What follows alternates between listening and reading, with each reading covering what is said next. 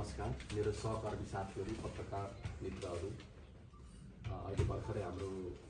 Press विज्ञप्ति हाम्रो सरले यहाँलाई जानकारी गराइसक्नुभएको छ र यो चाहिँ चौथो वर्ष जैविक विविधता सम्बन्धीको यो चौथो वर्षको अभियान, यो कार्यक्रममा हामी सहभागी भएका छौँ, हामी उपस्थित भएका छौँ र यसले चाहिँ हाम्रो जातीय संस्कृति, जातीय खानपान, एउटा परम्परागत पहिचान, हाम्रा हस्तकलादेखि लिएर धेरै कुराहरूलाई यसले समेटेको छ एकातिर र अर्कोतिर हामीले यसलाई हेर्ने हो भनेदेखि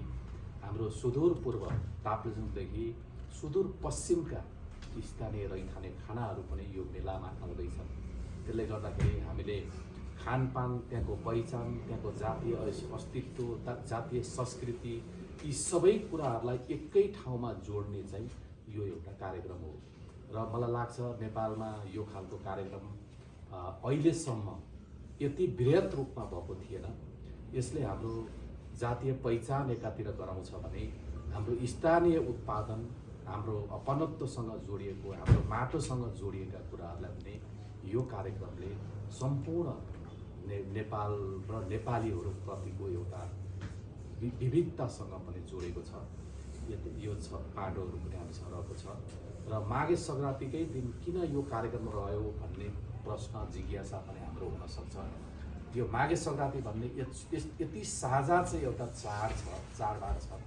यो सुदूर पश्चिमदेखि सुदूर पूर्वसम्म र सबै जात जाति समुदाय सबैले मनाउने, सबैको साझा यो देशमा हामीले हेऱ्यौँ भने माघे सङ्क्रान्तिको दिन 142वटै जातिहरूले कसैले तरुल बनाउँछन्, कसैले चाहिँ सेल बनाउँछन्, कसैले मासुको परिकारहरू बनाउँछन्, तर कुनै न कुनै तरिकाबाट यो चाडलाई चाहिँ मनाएको हुन्छ र राष्ट्रिय विविधता दिवस र व्यापक एउटा बृहत कृषि मेला पनि यो 1 गते माघ 1 गतेलाई मनाउने चाहिँ एउटा प्रचलन आएको छ।